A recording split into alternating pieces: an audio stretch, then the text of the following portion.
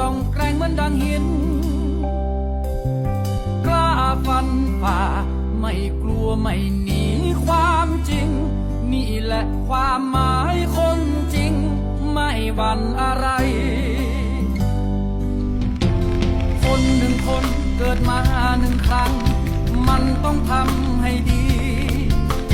มีศักดิ์ศรีมีฝันและมีจุดหมาย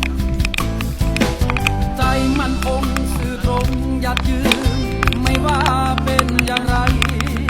เจอเรื่องร้ายแค่ไหนกัดฟัน